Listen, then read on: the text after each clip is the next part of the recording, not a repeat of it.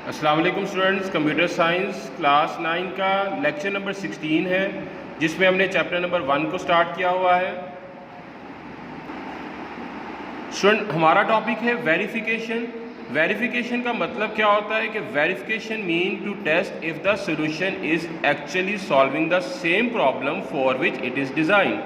कि हम ये वेरीफाई करते हैं कि जो हमने सॉफ्टवेयर बनाया है क्या वो एक्चुअली वही टास्क परफॉर्म कर रहा है जिसके लिए हमने उसको बनाया था। तो that process is called the verification. Student, घर में भी कोई ऑब्जेक्ट आपका ख़राब हो जाता है, लाइक आप किसी ख़ास चीज़ की रिपेयरिंग के लिए किसी बंदे को, मैकेनिक को बुलाते हो। उसके बाद जब वो रिपेयरिंग कर चुका होता है तो आप क्या करते हो कि वेरीफाई करते हो क्या वाकई में उसने वो चीज़ ठीक कर दी है जो एक्चुअली प्रॉब्लम कर रही थी। This process is called the verification.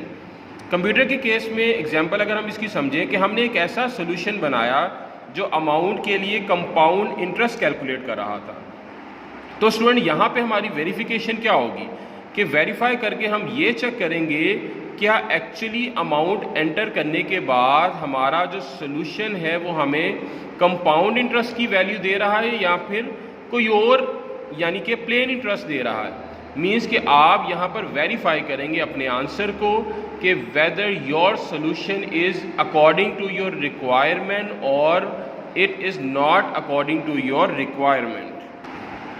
Student, verification के बाद अगला स्टेप आ जाता है वैलिडेशन।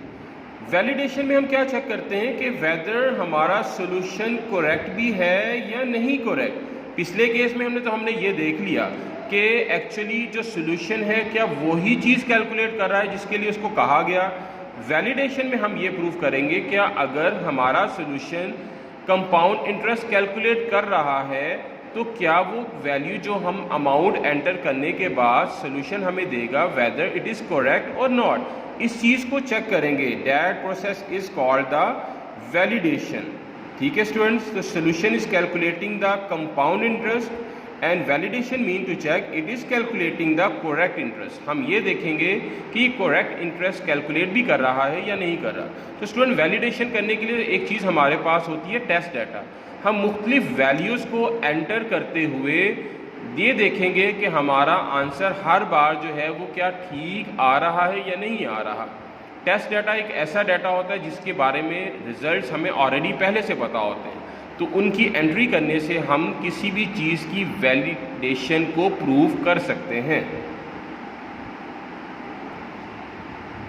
अब स्टूडेंट, आगे बात आती है कि अगर वैलिडेशन के दौरान हमें पता चला कि हमारा आंसर करेक्ट नहीं है तो इस बात का मतलब क्या होता है। इस मीन के there is an error in our solution, like if an algorithm is failed during verification तो then it is important to identify the root cause of the failure। तो हमें ये पता चलाना है कि प्रॉब्लम कहाँ पर है, क्या रीजंस हैं जिसकी बिना पर सोल्यूशन जो है वो रिक्वायर्ड आंसर ठीक नहीं दे रहा।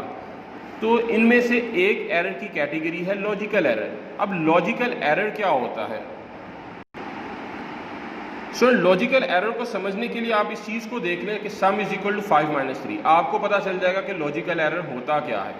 ऑब्वियसली आप सबको आइडेंटिफाई हो चुका होगा कि हम मेंशन तो यहाँ पे सम कर रहे हैं और आप हमारे पास यहाँ पे डिफरेंस रहा है। That is the logical error. It means solution is working but giving the wrong result. Solution काम तो कर रहा है लेकिन हमारे पास जो वैल्यू आ रही है वो रॉन्ग आ रही है। ठीक है, तो इसका मतलब हुआ स्टूडेंट कि हमारे सोल्यूशन के अंदर कोई ना कोई लॉजिकल एरर है और एल्गोरिदम के अंदर इस एरर को पॉइंट आउट करने के लिए हम एक टेक्निक इस्तेमाल करते हैं। That technique is called the trace table.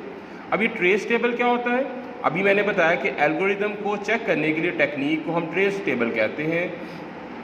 हम ये चेक करते हैं ट्रेस टेबल के थ्रू के प्रोसेसिंग के दौरान कोई भी एरर जो है वो एल्गोरिदम के अंदर मौजूद ना रहे। ठीक है स्टूडेंट, ट्रेस टेबल क्या होता है? मल्टी कॉलम और मल्टी रो टेबल। मतलब एक से ज़्यादा कॉलम्स होते हैं, एक से ज़्यादा इसमें रोज़ होती हैं। कॉलम के अंदर हम डाटा का नेम शो करते हैं और रोज़ के अंदर हम डाटा की वैल्यूज़ को एंटर करते हैं। स्टूडेंट, ये तो था हमारा आज का लेक्चर जिसमें हमने वेरिफिकेशन के बारे में पढ़ा, उसके बाद उसकी एग्जाम्पल पढ़ी, देन हमने वैलिडेशन पढ़ा, वैलिडेशन के बाद identification and correctness of error के बारे में हमने पढ़ा, आपके सामने ये हाईलाइट किया हुआ है। उसके बाद ट्रेस टेबल का कंसेप्ट। ठीक है स्टूडेंट, ये तो था आज का हमारा लेक्चर। अगले लेक्चर में लास्ट 1-2 टॉपिक हमारे रह गए हैं और ये चैप्टर मुकम्मल हो जाएगा। अगले लेसन तक के लिए अल्लाह हाफिज़।